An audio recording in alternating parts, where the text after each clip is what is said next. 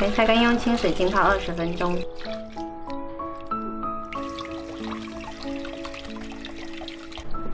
洗干净的鸭肉直接放到锅里，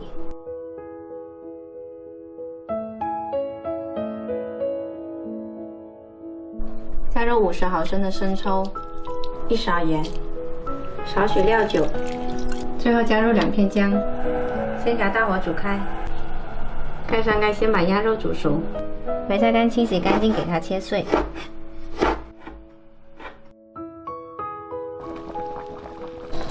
焖好了鸭肉，给它夹出来，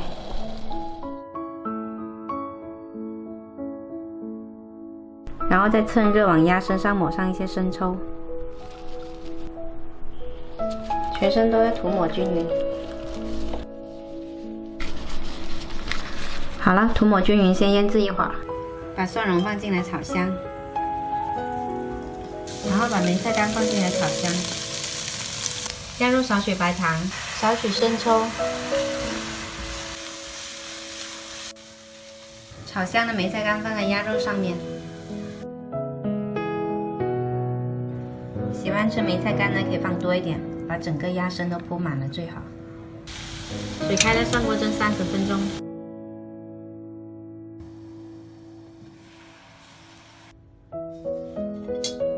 再拿一个干净的盘子，扣紧它。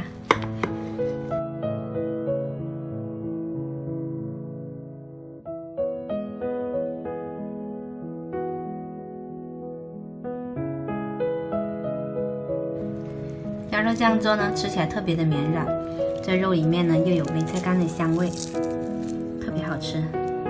喜欢的话可以试一下。